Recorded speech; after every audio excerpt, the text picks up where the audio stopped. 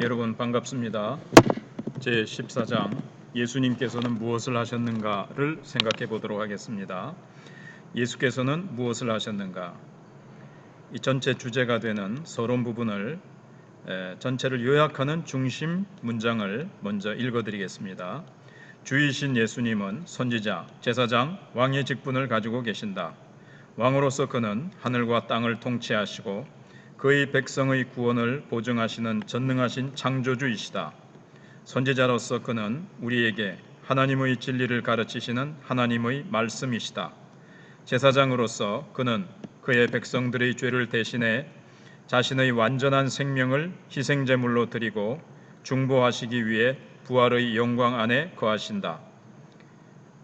앞서 13장에서는 그리스도의 인격, 즉 예수님은 어떤 인격을 가지고 계시는지에 대해 물었습니다. 즉 예수님은 누구신가 하는 거죠. 우리는 그가 참 하나님이시고 참 사람이신 한 인격 안에 두 구분된 본성이라는 것을 알았습니다. 2장에서는 그리스도의 사역, 즉 그리스도께서 우리를 위해 무엇을 하셨는지에 대해 물을 것입니다. 특히 그의 사역에 대해 생각하시기 전에 그의 직분에 대해 간단하게 살펴보는 것이 도움이 될 것입니다. 대통령, 시장, 사장, 공인 회계사와 같이 예수님도 직분을 가지십니다. 그리고 그가 행하시는 것, 곧 그의 사역들은 그러한 직분의 의무를 수행합니다. 이러한 직분은 무엇입니까? 우리가 보아온 것처럼 예수님은 메시아, 즉 기름 부음 받은 자이십니다. 이는 우리로 사람들의 세 가지 직분이 기름 부음을 받았다고 하는 구약계로 돌아가도록 합니다. 즉 이 세 직분은 선지자, 제사장, 왕입니다. 메시아, 즉 기름 부음을 받은 위대한 분이 오시면서 그는 이 세 가지 직분을 모두 가지십니다. 예수님은 궁극적인 선지자요, 제사장이요, 왕이십니다. 이 세 직분은 삼중 구조와 조화를 이룹니다. 이 부분은 조금 어렵기 때문에 그냥 듣고만 넘어가시면 다음에 설명을 드리겠습니다. 선지자로서 예수님은 특히 권위의 주권 속성을 보여줍니다. 하나님의 말씀이니까 말씀은 권위의 주권 속성을 보여준다는 겁니다. 제사장으로서는 임재의 주권 속성을, 하나님이 우리와 함께 하시는 임재의 주권 속성을 보여줍니다. 그리고 왕으로서는 통치의 주권 속성을 보여줍니다. 통치하시는 거죠. 우리를 다스리시고 우리를 지켜주시고 우리의 필요를 공급해 주시는 통치의 주권 속성입니다. 선지자는 규범적 관점을, 제사장은 존재적인 관점을, 왕은 상황적인 관점을 보여줍니다. 이러한 직분은 예수님의 사역을 이해하는 데 도움이 됩니다. 선지자로서 예수님은 우리에게 참 하나님의 말씀을 가져다 주셨습니다. 제사장으로서 그는 희생제물, 궁극적으로 자신이 희생제물이셨습니다. 이 되시고 중보하십니다. 왕으로서 그는 그의 전능하신 능력으로 모든 것을 다스리십니다. 순차적으로 각각의 부분을 살펴보겠습니다. 먼저 선지자입니다. 첫째, 예수님은 선지자들 중 가장 위대하신 선지자이십니다. 실로 선지자 그 이상이신 분입니다. 선지자는 그의 입술에 하나님의 말씀을 가진 자입니다. 신명기 18장 15절로 22절과 예레미야 1장 9절로 10절에서 뿐만 아니라 다른 많은 본문은 선지자의 말이 하나님의 말씀이라는 것을 보여줍니다. 그래서 그들은 하늘로부터 들려오는 하나님의 음성으로서의 권위를 가집니다. 그러나 예수님은 선지자 그 이상이십니다. 그는 바로 하나님 자신의 말씀이십니다. 요한복음 1장 1절은 태초에 말씀이 계시니라. 이 말씀이 하나님과 함께 계셨으니 이 말씀은 곧 하나님이시니라고 말하고 있습니다. 그리고 우리는 14절에서 말씀이 곧 예수라고 하는 사실을 알게 됩니다. 그래서 예수님께서 가르치시는 사역을 시작하실 때 사람들은 그가 말씀하시는 것이 서기관과 바리새인들과 같지 않은 권위가 있음에 놀랐습니다. 마태복음 7장 28절 29절에 있습니다. 유대교 전통의 모든 왜곡과 타협을 제거하신 예수님은 하나님의 말씀을 진실로 선포하십니다. 더욱이 예수님은 그의 말이 삶의 모든 근원임을 가르치십니다. 베드로는 주여 영생의 말씀이 주께 있사오니 우리가 누구에게로 가오리까? 라고 물으며 이 사실을 인정합니다. 요한복음 6장 68절 우리를 세우시는 예수님의 은혜의 말씀입니다. 예수님의 말씀이 우리를 든든하게 세워주시는 말씀이 된다는 것입니다. 이것은 은혜의 말씀입니다. 심판의 말씀, 두려운 형벌의 말씀이 아니라 은혜의 말씀입니다. 그리고 예수님의 말씀은 최후의 날에 우리를 심판할 것입니다. 예수님은 그의 말씀을 지상사역 동안에만 하신 것이 아닙니다. 구약 성경 전체가 그분의 말씀입니다. 즉 예수님의 증거는 선지자의 영이기 때문에 그렇습니다. 예수님은 그의 제자들에게 율법, 선지자들, 구약 성경의 글들에 있는 모든 것이 그에 관한 것이라고 가르치셨습니다. 그래서 성경 전체는 하나님의 말씀뿐만 아니라 예수님의 말씀이기도 합니다. 예수님은 성경의 저자이면서 주제이십니다. 주인공이 되시는 거죠. 이는 그의 복음이요 그의 약속입니다. 그 말씀에 의해 우리는 구원을 받습니다. 자, 크게 두 번째로 제사장 직분을 생각해 보겠습니다. 두 번째, 예수님은 우리의 위대하신 대제사장이십니다. 우리는 희생제물과 중보라는 두 범주에서 제사장의 직무를 요약할 수 있습니다. 예수님의 희생은 우리가 일반적으로 그리스도의 사역을 생각할 때 우선적으로 생각하는 것입니다. 희생에 대한 신학적 명명은 속죄입니다. 속죄라는 단어는 사람을 하나로 이끄는 화목을 지시하는 옛 영어 표현으로부터 온 것입니다. 위에 있는 대로 at one meant 하나로 이끈다는 거죠. 분명하게 화목은 속죄의 부분적 의미입니다. 하지만 더 많은 의미가 존재합니다. 화목이라는 말 속에는 속죄의 의미가 들어있지만 화목 안에는 속죄뿐만 아니라 더 많은 의미가 들어있다는 것입니다. 계속 보겠습니다. 예수님의 속죄하시는 희생은 구약의 황소, 염소, 양, 비둘기, 곡물, 포도주, 기름의 희생제사를 완성합니다. 구약에서 하나님은 사람들에게 예수님이 후에 이루실 일을 가르치시기 위해 이러한 희생제사를 사용하셨습니다. 희생제사를 통해서 후에 예수님이 이 땅에 오셔서 우리를 위해 해주실 일을 미리 그림자로 모형으로 보여주신 것입니다. 계속 보겠습니다. 그래서 우리는 그러한 희생제사로부터 예수님의 속죄의 의미를 배울 수 있습니다. 우선 희생제물은 완벽하고 점없고 흠 없어야 합니다. 괄호에 있는 성경 구절을 참고로 하십시오. 이스라엘 민족은 값싸고 가치 없는 것을 하나님께 제물로 드리지 않았습니다. 그들은 진정으로 가치 있거나 완전하거나 자신을 위해 소장할 만한 귀한 것을 드려야만 했습니다. 마찬가지로 예수님은 자기 자신을 하나님의 죄 없는 어린 양으로서 드렸습니다. 예수님은 죄가 없으십니다. 그의 친구들도 그의 적들도 주님 안에 죄가 있음을 발견할 수 없었습니다. 예수님은 어느 누구도 할 수 없는 사랑을 하셨습니다. 심지어 사탄들도 그가 하나님의 거룩한 자이심을 인정했습니다. 신학자들은 예수님의 완전한 삶을 능동적 순종으로 부릅니다. 우리가 그리스도를 믿을 때 하나님은 우리를 그리스도 안에서 의롭다고 여기십니다.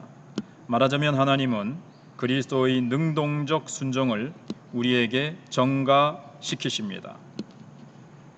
하나님은 예수님처럼 의롭고 거룩하게 우리를 보시고 여기시고 생각하시고 선언하십니다. 바울은 고린도후서 5장 21절에서 하나님이 죄를 알지도 못하신 이를 우리를 대신하여 죄로 삼으신 것은 우리로 하여금 그 안에서 하나님의 의가 되게 하려 하심이라고 말합니다. 하나님은 우리의 죄를 그리스도에게 전가시키시고 그의 의를 우리에게 전가시키셨습니다. 하나님은 우리의 죄를 그리스도 안에서 판단하십니다. 그리고 우리를 그리스도 안에서 의로운 자로 여기십니다. 이는 우리의 죄를 그리스도에게, 그의 의를 우리에게 전가한다는 뜻의 이중 전가로 불립니다. 우리의 죄를 그리스도에게, 예수님의 의를 우리에게 전가한다는 거죠. 그래서 하나님은 우리의 죄를 용서하실 뿐만 아니라 우리에게 그리스도의 의를 주십니다. 우리는 무죄하게 될 뿐만 아니라 긍정적으로 선이 됩니다.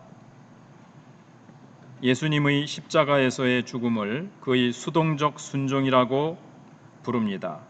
예수님은 자신을 희생제물로 드리시는데 매우 능동적이셨기 때문에 수동적이라는 표현이 적절하지 않을 수도 있습니다.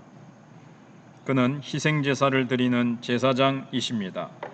예수님은 그의 생명을 내려 놓으십니다. 요한복음 10장 18절에서 예수님은 이를 내게서 빼앗는 자가 있는 것이 아니라 내가 스스로 버리노라. 나는 버릴 권세도 있고 다시 얻을 권세도 있으니 이 계명은 내 아버지에게서 받았노라 하시니라 라고 말씀하십니다. 그러나 수동적이라는 말은 고난을 의미하는 헬라어와 라틴어 단어와 연관이 있습니다. 그래서 우리는 이러한 의미에서 수동적 순종이라는 표현을 사용할 수 있습니다. 예수님의 수동적 순종은 속죄하는 희생입니다. 그의 희생은 많은 것을 성취하십니다. 첫째, 보상입니다.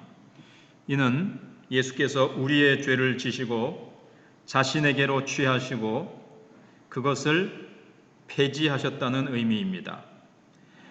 다시요, 예수님께서 우리의 죄를 지시고 우리의 죄를 자신에게로 취하시고 자기의 것으로 가져가시고 그것을 다 없애버리셨다는 의미입니다. 앞서 고린도후서 5장 21절에서 보았던 것처럼 예수님은 죄로 삼으심이 되셨습니다. 그는 우리의 대속물이 되었습니다. 예수님은 우리가 하나님에게 빚졌던 완전한 형벌, 즉 죽음의 형벌을 취하셨습니다.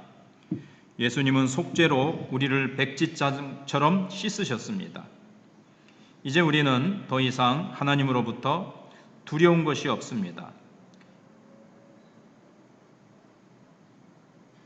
동이서에서 본 것처럼 우리로부터 죄를 제거하신 하나님은 우리의 죄를 전적이고 완전하게 용서하십니다. 둘째, 속죄입니다. 이는 예수님께서 우리의 죄로 인한 하나님의 진노와 화를 짊어지셨다는 것을 의미합니다. 신비한 방법으로 예수님은 우리의 죄를 대신 지시고 심지어 십자가에서 그의 아버지로부터 멀어지게 되셨습니다. 시편 22편을 인용하여 예수님은 나의 하나님 나의 하나님 어찌하여 나를 버리셨나이까 라고 외치셨습니다. 어떤 신학자들은 속죄를 보상과 같은 개념으로 보고 성경에서 속죄의 주제를 제거하려 했습니다. 죄 때문에 하나님이 사람들에게 화가 나셨다는 견해를 좋아하지 않았기 때문입니다. 하지만 이것은 잘못된 주장입니다. 우리 하나님은 옳고 그름에 상관하십니다. 하나님은 의로운 재판장이시며 매일 분노하시는 하나님이시로다 라고 시편 7편 11절은 우리에게 말하고 있습니다. 하나님은 죄를 그냥 넘어가지 않으십니다. 하나님은 악한 자들에게 분노하십니다. 그리고 십자가에서 예수님은 그의 백성으로부터 하나님의 화를 돌리셨습니다. 셋째 영어 단어가 의미하는 것처럼 속죄는 화목입니다. 우리가 하나님의 눈에 의롭게 되었기 때문에 화목해 된 것입니다. 더 이상은 하나님과 우리가 적이 아닙니다. 원수 관계가 아닙니다. 어떤 학자들은 속죄가 우리에 대한 하나님의 적의를 제거하는 것이 아니라 하나님에 대한 우리의 적의를 제거한다고 말하므로 이러한 개념을 경감시키려 합니다. 다시금 그들은 하나님은 이 죄인들에 대해 어떤 적의가 없다고 생각합니다. 그러나 이것은 성경에 근거하여 잘못된 것입니다. 죄 안에서 사람은 하나님의 적이고 그 역도 그러합니다. 그리스도 안에서 예수님은 우리를 하나님께로 데려오십니다. 그래서 우리는 영원히 복된 교제 안에서 하나님과 함께 보내게 될 것입니다. 우리는 성찬식에서도 이러한 교제에 참여합니다. 성찬식 안에서 우리는 하나님과의 식탁 교제를 합니다. 결론적으로 속죄는 구속입니다. 구속은 문자적으로 무엇인가를 되찾는 것을 의미합니다. 구약 성경에서 어떤 사람이 자신의 재산을 팔고 심지어 자신을 종으로 팔아도 빚을 지고 있을 때 친척이 재산과 그 사람의 자유를 되찾아올 수 있었습니다. 이 친척을 고엘, 친족 구원자이라고 불렀고 레위기 25장에 기술되어 있습니다. 룻기에서 보아스는 룻과 결혼해서 룻과 그의 시모를 가나안으로부터 구원합니다. 마가복음 10장 45절에서 예수님은 하나님의 잃어버린 재산을 되찾음으로 많은 사람들을 위한 속죄로 생명을 주시기 위해서 오셨다고 말합니다. 십자가에서의 희생은 위대한 가치의 행위입니다. 그리고 이는 자신의 소유된 백성들을 사신 것입니다. 그래서 우리는 창조와 구속을 통해 모두 하나님께 속한 것입니다. 자, 앞에서 생각해 본 이 네 가지 용어는 성경을 근거해서 속죄가 무엇인지를 요약해 줍니다. 그러나 저는 또한 여러분에게 속죄를 잘못 이해하는 견해에 대해서도 경고하려고 합니다. 어떤 신학자들은 우리를 대신해서 죽으신 예수님의 견해를 좋아하지 않았습니다.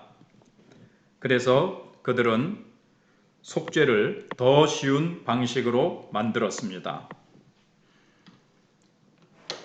우선 3세기의 저자인 오리겐과 같은 사람들은 마가복음 10장 45절에서 속죄 본문을 가져왔습니다. 그리고 예수님께서 사탄에게 속죄의 대가를 지불했다고 제안했습니다. 하지만 이 견해는 성경적인 기초를 가지지 못합니다. 사탄은 우리에게 어떠한 권리도 행사할 수 없습니다. 예수께서 우리의 속죄를 갚은 것은 오직 하나님께만 드린 것입니다.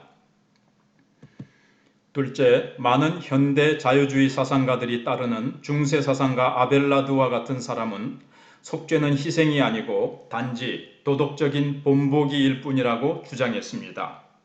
이 관점에 의하면 예수님은 십자가에서 우리에게 어떻게 행할 것인가를 보여주시기 위해 죽으셨다는 것입니다. 이러한 주장은 베드로전서 2장 21절의 이를 위하여 너희가 부르심을 받았으니 그리스도도 너희를 위하여 고난을 받으사 너희에게 본을 끼쳐 그 자취를 따라오게 하려 하셨느니라 라는 성경적 근거를 댑니다. 속죄는 우리를 위한 단지 본보기에 불과하다고 주장합니다. 하지만 속죄가 단지 우리의 본보기입니까? 만약 속죄가 단지 본보기에 불과하다면 로저 니콜이 지적한 것처럼 아주 불쌍한 본보기가 될 것입니다. 만약 예수님이 단순히 자신과 동일하게 행하도록 우리를 장려하기 위하여 죽으셨다면 예수님은 성경이 결코 허락치 않는 자살을 독려한 셈이 되는 것입니다. 만약 예수님이 다른 사람에게 생명을 주시기 위해 자신의 생명을 포기했다면 우리가 따를 수 있는 것이 있을 것입니다. 우리는 이 점에서 주의해야 합니다. 어떤 의미에서 우리는 결코 예수께서 하셨던 일을 흉내낼 수 없습니다. 예수님은 우리의 죄에 대한 형벌을 제거하셨습니다. 저는 다른 사람을 위해 그렇게 행할 수 없습니다. 그러나 예수님의 자기 희생은 우리에게 다른 사람의 유익을 위해 사랑 안에서 우리 자신을 희생하라는 훌륭한 모델이 됩니다. 요한일서 3장 16절은 그가 우리를 위하여 목숨을 버리셨으니 우리가 이로써 사랑을 알고 우리도 형제를 위하여 목숨을 버리는 것이 마땅하니라고 말합니다. 셋째, 잘못된 속죄에 대한 관점은 그로티우스와 그 외의 사람들의 정치적 혹은 통치적 속죄설입니다. 이 견해는 하나님이 우리 죄를 희생 없이 용서하신다고 가르칩니다. 하나님이 자신의 법의 심각성과 엄격함을 보이시기 위하여 그의 아들을 죽이셨다는 것입니다. 하지만 이 관점은 많은 점에서 비성경적입니다. 첫째, 성경은 희생이 하나님의 용서를 받기 위해서 요구된다고 가르칩니다. 즉, 피 흘림이 없이 죄 용서는 없다고 하였습니다. 둘째, 이 관점에 의하면 하나님은 무고한 사람을 죽이심으로 그의 율법의 심각성을 보여주신 것입니다. 그러나 만약 예수께서 우리를 위해 대속하지 않으셨다면 그의 죽음은 정의가 아니라 불의를 보여주는 것입니다. 크게 세 번째입니다. 그리스도는 누구를 위해 죽으셨는가? 많은 신학자들이 예수께서 누구를 위해 죽으셨는지에 대한 질문에 많은 주의를 기울입니다. 이 주제에 대한 두 가지의 기본적인 관점이 있습니다. 첫 번째 관점은 보편 속죄로서 그리스도가 모든 사람을 위해 죽었다고 말합니다. 두 번째 관점은 제한 속죄로서 그리스도가 택자, 즉 하나님의 계획 안에서 궁극적으로 구원받는 자들만을 위해서 죽으셨다고 말합니다. 보편 속죄는 그리스도가 세상, 즉 모두를 위해서 죽었다고 말합니다. 그리고 심지어는 베드로후서 2장 1절의 자기를 사신 주를 부인하고 멸망을 스스로 취하는 사람들로 궁극적으로 예수님을 거부하는 사람들을 위해서까지 죽으셨다고 말합니다. 하지만 이 말은 결국 잃어버리게 될 사람들을 구원하시고 사시기 위해 예수님께서 십자가에서 죽으신 것처럼 들립니다. 히브리서 10장 29절은 하물며 하나님의 아들을 짓밟고 자기를 거룩하게 한 언약의 피를 부정한 것으로 여기고 은혜의 성령을 욕되게 하는 자가 당연히 받을 형벌은 얼마나 더 무겁겠느냐 너희는 생각하라고 말합니다. 다시금 이 말씀은 그리스도의 피로 성별되고 거룩하게 된 자들이 그 피를 거부하고 더럽히고 영원한 형벌을 받는다는 것처럼 들립니다.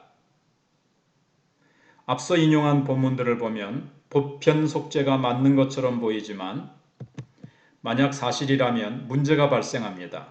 만약 속죄가 무제한적이고 보편적이라면 이는 모든 사람에게 구원을 가져오는 것 같습니다.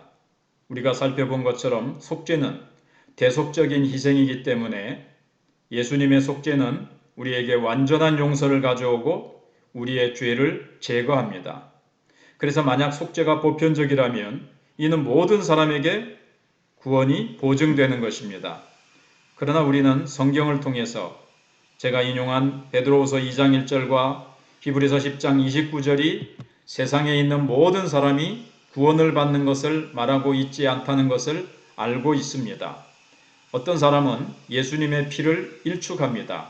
그의 피를 짓밟아 버립니다. 따라서 이들은 속히 오는 멸망을 받게 될 것입니다. 만약 여러분이 보편적 속죄를 믿는다면 여러분은 속죄가 무엇인지에 대해 충분히 알고 있지 못함에 틀림없습니다. 이는 완전한 용서를 가져다주는 대속적 희생보다 덜한 것임에 틀림없습니다.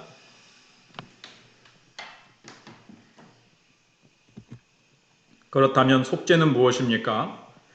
어떤 신학자들은 속죄가 실제로 모든 사람을 구원하지는 않지만 원죄의 장벽을 없애서 우리가 그리스도를 자유롭게 선택하거나 거부할 수 있다고 주장합니다. 그래서 속죄는 실제로 구원하지는 않지만 자유로운 결정에 따라 믿음으로 나온 자들에게 구원이 가능하도록 한다는 것입니다. 이에 따르면 결국 우리를 구원하는 것은 우리의 자유로운 선택이 되는 것입니다. 속죄는 단지 그 방식만을 준비할 뿐인 것입니다. 따라서 우리는 자유로운 선택을 할 수 있습니다. 하지만 이러한 자유 결정의 견해는 자유주의적 자유의지입니다. 문제는 성경이 결코 속죄에 대한 위와 같은 정의의 어떤 단서도 제공해 주지 않는다는 것입니다. 성경에서 속죄는 단순히 구원을 가능하게 하는 것이 아닙니다. 속죄는 실제로 구원합니다. 구원을 가능하게 하는 것을 이렇게 딱 만들어 놓고 너희들이 와서 가져가라. 너희들의 자유의지를 사용해서 그런 게 아니라는 겁니다. 이는 단순히 우리의 자유로운 선택을 위한 전주곡이 아닙니다. 속죄는 하나님의 용서와 영생의 모든 유익을 우리에게 실제로 가져다 줍니다. 속죄가 대상의 범위에서 무제한적이라고 말하는 사람들은 속죄가 구원에 있어서 제한적인 효력과 능력을 가진다고 믿습니다. 그러나 속죄가 택자에게 제한되었다고 믿는 자들은 속죄의 효력이 무제한적이라고 믿습니다. 그래서 속죄가 그 대상의 범위에 있어서 제한되든지 그 효력에 있어서 제한되든지 양쪽 모두 어떤 종류의 제한이 있다고 믿습니다. 하지만 성경은 속죄가 그 효력에 있어서는 무제한적이지만 대상의 범위에 있어서는 제한적이라고 가르친다고 저는 믿습니다. 자, 보편적인 구원은 효력은 제한적이고 범위가 무제한적이라고 했습니다. 그러나 성경은 제한적인 속죄, 구원을 말씀하고 있습니다. 그래서 효력은 무제한적이고 대상의 범위에 있어서는 영원전부터 택한 백성들에게만 구원이 주어진다고 제한적이라고 그렇게 저는 믿고 장로교에서는 그렇게 믿고 있습니다. 저는 주로 성경이 속죄의 효력에 대해 가르친다고 믿기 때문에 속죄가 그 범위에 있어서 제한된다는 관점을 가집니다. 속죄는 모든 사람을 구원하는 것이 아닙니다. 그러나 속죄는 전적으로 구원받을 모든 사람을 구원합니다. 그러니까 보편 구원은 예수 안 믿는 사람들도 예수님을 거부하는 사람들도 다 구원받게 된다라는 거예요. 성경은 그렇게 말씀하고 있지 않는 것 같습니다. 제한 속죄가 성경적인 가르침이지만 여기서 우리가 관심을 가져야 하는 근본적인 문제는 속죄의 효과입니다. 속죄의 효력입니다. 이제 그리스도가 택자, 그의 백성, 하나님이 세상의 시작 전에 구원하시기로 선택한 자들만을 위해서 죽으셨다는 관점에 대해 살펴보겠습니다. 이 관점에서 속죄는 구원을 가능하게만 하는 것이 아닙니다. 속죄는 실제로 구원합니다. 많은 성경 본문들이 속죄가 예수 자신의 백성에게 제한되었음을 보여줍니다.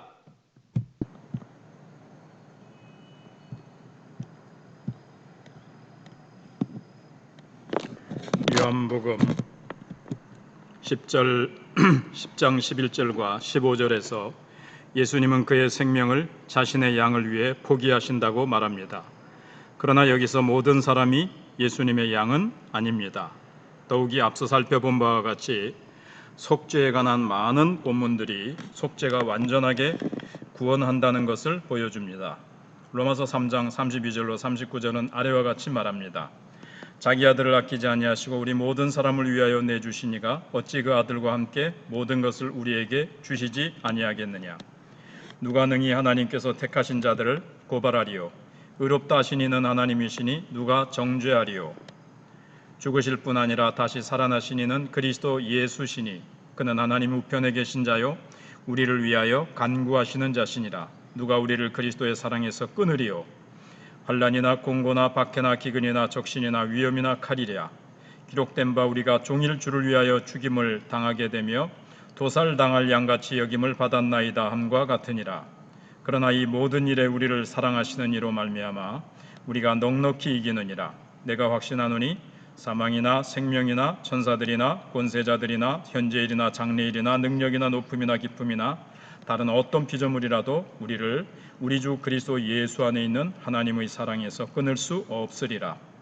여러분도 아시다시피 바울은 하나님이 우리 모두를 위해 그의 아들을 주셨다고 말합니다. 결과적으로 구원은 완전한 의미에서 잃어버리지도 빼앗기지도 않는 구원입니다. 그리스도가 우리를 위해 죽으셨다면 그 누구도 사탄조차도 하나님 앞에서 우리에게 죄를 물을 수 없습니다. 만약 그리스도가 여러분을 위해 죽으셨다면 그 어떤 것도 여러분을 그리스도의 사랑으로부터 분리할 수 없습니다. 확실하게 그리스도가 세상을 위해 죽으셨다고 말하는 본문들이 있습니다. 요한복음 3장 16절에서처럼 모든 본문들은 우주적 차원의 예수님의 사역을 강조합니다. 골로새서 1장 20절에서 바울은 그의 십자가의 피로 화평을 이루사 만물 곧 땅에 있는 것들이나 하늘에 있는 것들이 그로 말미암아 자기와 화목하게 되기를 작정하셨다고 말합니다. 다른 세상에 대한 본문들은 요한일서 2장 15절의 이 세상이나 세상에 있는 것들을 사랑하지 말라. 누구든지 세상을 사랑하면 아버지의 사랑이 그 안에 있지 아니하니처럼 윤리적 의미에서의 세상으로 사용됩니다. 타락한 세상의 흐름을 얘기하는 거죠. 요한복음 1장 29절에 보라 세상 죄를 지고 가는 하나님의 어린 양이로다 라는 사도 요한의 말도 같은 의미에서 사용되었을 것입니다. 그리고 그리스도가 모두를 위해 죽으셨다고 말하는 본문들이 있습니다. 그러나 여기서 모두라는 말의 범위는 대단한 유연성을 가지고 있습니다. 마가복음 1장 5절은 모든 유대와 예루살렘은 세례 요한을 듣기 위해 나갔습니다. 분명히 우리는 모두를 문자적으로 취해서는 안 됩니다. 모든이 나오는 본문 중 어떤 본문에서는 기자가 모든 그리스도인들 또는 모든 선택된 자들이라는 말을 지시하는 것이 분명합니다. 고린도전서 15장 22절을 아담 안에서 모든 사람이 죽은 것 같이 그리스도 안에서 모든 사람이 삶을 얻으리라는 본문을 주목하십시오. 문자적으로 해석하면 이는 모든 사람이 구원을 받을 것이라는 것을 의미합니다. 하지만 사실은 그것을 의미하는 것이 아닙니다. 오히려 아담 안에서 죽은 모든 사람을 의미합니다. 그리고 모든 사는 사람은 그리스도 안에서 사는 것을 의미합니다. 고린도후서 5장 15절 그가 모든 사람을 대신하여 죽으심은 살아있는 자들로 하여금 다시는 그들 자신을 위하여 살지 않고 오직 그들을 대신하여 죽었다가 다시 살아나신 이를 위하여 살게 하려 함이라를 생각해 보십시오. 여기서 바울은 예수께서 모든 사람을 위해 죽으셨다고 말합니다. 그러나 그는 또한 모든 사람은 새로운 마음을 받아서 그들이 더 이상 자신을 위해 살지 않고 그리스도를 위해서 산다고 말합니다. 심지어 이 모든이 나타난 본문에서도 속죄는 효력이 있습니다. 즉 그리스도가 누군가를 위해 죽으셨다면 그 사람은 완전하게 구원을 받습니다. 그는 새로운 마음과 새로운 생명을 받습니다. 분명하게 세상에 있는 모든 사람이 새로운 마음과 생명을 받는 것은 아닙니다. 따라서 세상에 있는 모든 사람이 모든이라는 표현 아래 포함되는 것은 아닙니다. 여전히 다른 모든이 나타난 본문들에서 우리가 만인 구원론, 즉 예수께서 모든 나라와 언어와 민족과 족속을 위해 죽으셨다는 것에 대해 언급하는 것처럼 보입니다. 이 언급은 모든 사람을 언급한 디모데전서 2장 6절에서도 발견됩니다. 그러나 저는 그리스도의 죽음이 모든 사람에게 값없이 복음을 주심에 대해 보증하는 의미로서 이 본문을 사용하길 좋아합니다.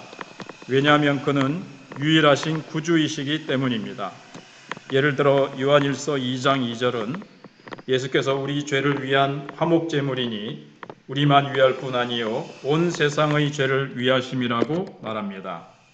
예수께서 유일하신 구원주이심을 말하는 것입니다. 온 세상에 다른 이는 존재하지 않습니다. 만약 누군가 예를 들어 태국이나 스리랑카에서 하나님의 속죄를 찾는다면 그는 예수님의 피 말고는 다른 어떤 곳에서도 속죄를 얻지 못합니다. 주가 사신 자들이 주를 부인하는 것을 말하는 히브리서 10장 29절과 베드로후서 2장 1절과 같은 본문에 대해서는 어떻게 생각하십니까? 저는 세례를 받으며 그리스도를 고백했던 유형교회의 구성원을 기술할 때 이 본문을 택합니다. 이들은 세례받을 때 예수께서 자신을 위해 죽으셨다고 말합니다. 그리고 이 고백을 근거로 이들은 그리스도의 피에 의한 하나님과 교회와의 엄숙한 언약 관계에 들어갑니다. 그러나 이들은 그리스도의 피를 욕되게 합니다. 결론적으로 이들은 구원으로 인도하는 그리스도와 결코 연합되지 못한 것입니다. 그러나 그리스도를 고백한 자로서 언약 파괴자로서 언약의 저주 아래 들어가게 됩니다. 네 번째, 중보자입니다. 앞서 제사장의 두 가지 중요 직무가 희생과 중보라고 말씀드렸습니다.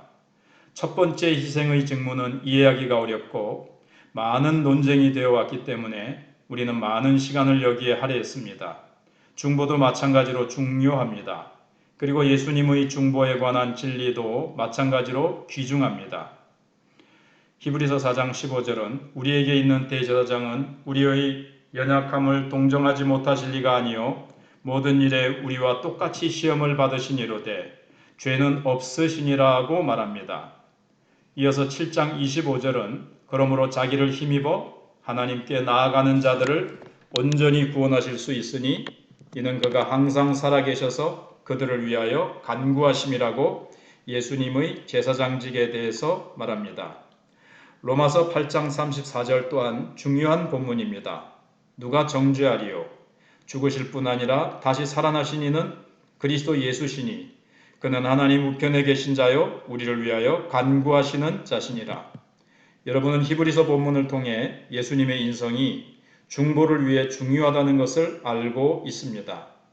그의 인성은 그로 하여금 우리의 감정을 느끼고 실제로 우리의 고통을 아시고 우리의 모든 시험을 경험하셨습니다. 삼위일체의 모든 위격 가운데 그의 인성만이 희생제물을 드리고 중보하는 제사장이 되실 수 있습니다. 부활하신 그리스도는 지금 당장 무엇을 하십니까?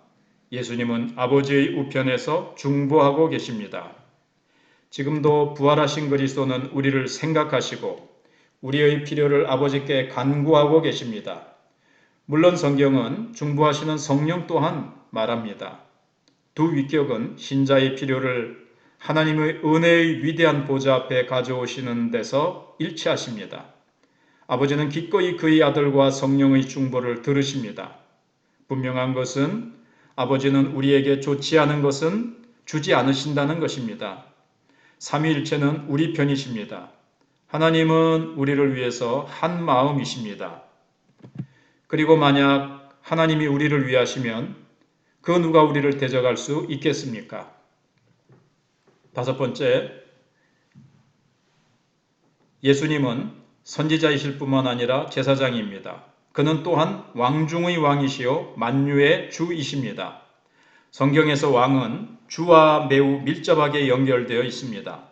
우리는 앞서 13장에서 예수님이 주, 즉 언약의 머리 여호와 주 하나님이심을 보았습니다.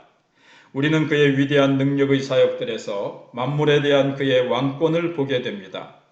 다시금 성부가 하시는 모든 일을 성자도 하십니다. 이는 창조, 섭리, 기적을 포함합니다. 더욱 구체적으로 예수님은 다윗의 자손으로 오십니다. 즉 위대한 다윗 왕의 더 위대한 자손, 다윗의 자손 다윗의 주로 오십니다. 그는 항상 왕이시지만 특히 부활하시면서 그의 왕권을 보여주셨습니다. 바울은 우리에게 예수님이 성결의 영으로는 죽은 자들 가운데서 부활하사 능력으로 하나님의 아들로 선포되셨으니 곧 우리 주 예수 그리스도시니라고 고백합니다. 그의 제사장직과 연관해서 우리는 특히 그의 속죄하시는 죽음에 초점을 맞춥니다. 그의 왕되심과 연관해서는 그의 부활에 초점을 맞춥니다. 속죄처럼 부활은 죄로부터의 구원에 대한 부분입니다. 죽음과 죄에 대한 그의 위대한 승리입니다. 즉 죽음은 그를 잡아둘 수 없었습니다. 이는 예수님의 주장이 참이고 그의 속죄는 그 목적을 성취했다고 하는 아버지의 증거입니다. 그리고 로마서 6장 4절의 죄로 인해 예수께서 죽으셨을 때 우리도 그와 함께 죽었다는 말 또한 생각해 보십시오. 예수께서 죽은 자 가운데서 살아나셨을 때 우리도 새로운 생명회로 그와 함께 살아났습니다. 예수께서 죽은 자들 가운데서 부활하셨을 때 우리는 거기에 있었습니다. 우리의 새 생명의 기초는 예수님의 부활입니다. 그래서 바울은 골로새서 3장 1절로 3절에서 그러므로 너희가 그리스도와 함께 다시 살리심을 받았으면 위의 것을 찾으라. 거기는 그리스도께서 하나님 우편에 앉아 계시느니라. 위의 것을 생각하고 땅의 것을 생각하지 말라. 이는 너희가 죽었고 너희 생명이 그리스도와 함께 하나님 안에 감추어졌음이라고 말합니다. 저는 정확히 이것이 무엇을 의미하는지 알지 못하지만 적어도 이 본문이 의미하는 바는 그리스도의 영광스러운 부활 생명은 이제 우리의 것이라는 뜻이 분명합니다. 이는 또한 마지막 날에 예수께서 우리의 몸을 일으키실 때 우리가 전적으로 즐거워할 새 생명의 시작입니다. 바울은 그리스도의 부활이 우리 믿음의 가장 기초라고 말합니다. 만약 예수님이 죽은 자들로부터 다시 살아나지 못하셨다면 우리는 여전히 우리의 죄 안에서 죽은 자입니다. 우리는 모든 사람 중에 가장 불쌍한 사람들입니다. 부활하신 그리스도는 창조전 우주의 모든 권세와 능력을 가지십니다. 그가 재림하실 때 모든 눈이 그를 보고 모든 만물이 합당한 왕으로서 그분 앞에 엎드릴 것입니다. 그날의 왕의 말씀은 모든 살아있는 자들과 죽은 자들을 심판하실 것입니다. 따라서 그는 우리의 예배와 찬양의 대상이십니다. 복음은 왕의 오심에 대한 좋은 소식이라는 사실을 결코 잊지 마시기 바랍니다.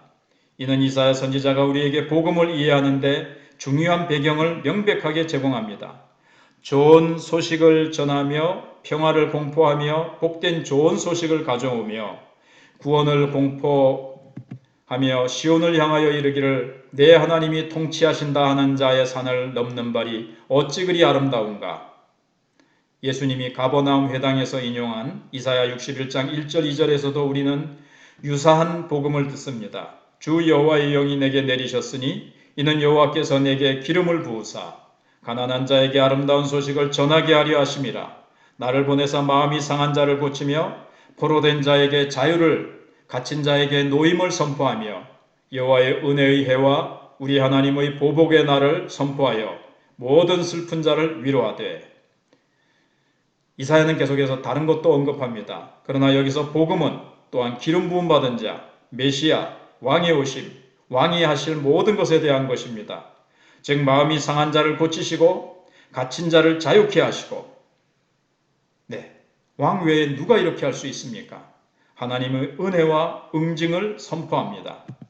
세례요한과 예수님은 자신의 사역을 시작하며 회개하라, 천국이 가까웠다고 복음을 선포했습니다. 다시금 복음은 위대한 왕의 오심입니다. 복음은 단지 우리에 관한 것이 아닙니다. 복음은 단지 이신칭의에 국한되지 않습니다. 복음은 하나님과 그의 오심에 초점을 맞춥니다. 복음은 그 능력에서 거의 정치적이라고 할 수 있습니다. 로마 사람들에게 복음 또는 좋은 소식은 새로운 황제가 등극하는 것이었습니다. 그들은 퀴리오스 카이자르, 즉 시저는 주시다라고 선포했습니다. 그리스도인들은 퀴리오스 예수스, 즉 예수님은 주시다라고 선포했습니다. 왜 로마 통치자들이 그렇게 격분했었는지 이해할 수 있습니다. 물론 그들은 예수님이 어떤 왕이신지에 대해서 오해를 했습니다. 하지만 그들이 위협을 느꼈던 것은 당연한 것이었습니다. 왕이신 예수님은 그들에 대한 절대 주권을 주장하십니다. 하나님이 기름 부음 받은 아들에게 입맞추도록 세상의 통치자들을 부르신 시편 2편을 생각해 보십시오. 예수님이 주이시고 만유의 왕이시라는 것을 결코 잊지 마십시오. 그리고 예수님께는 어떠한 부족한 위치도 용납되지 않으십니다. 예수님은 그의 영광을 위해 그의 뜻에 따라 모든 것을 행하도록 우리에게 요구하십니다. 그의 복음을 법을 포함하고 있다고 말할 수 있습니다. 그의 복음은 법을 포함하고 있다고 말할 수 있습니다. 그러나 이 왕을 섬기는 것은 놀라운 자유입니다. 이 왕을 믿는 것은 우리에게 하나님으로부터의 완전한 용서와 지속적인 중보를 주시는 제사장을 믿는 것입니다. 그리고 이 왕을 신뢰하는 것은 그의 말이 온전히 참되고 믿기에 합당한 선지자를 믿는 것입니다. 할렐루야, 아멘. 지금까지 들어주신다고 수고하시고 하나님이 주신 이 놀라운 진리를 열심히 경청해 주신 여러분들께 주님의 이름으로 감사를 드립니다. 아멘.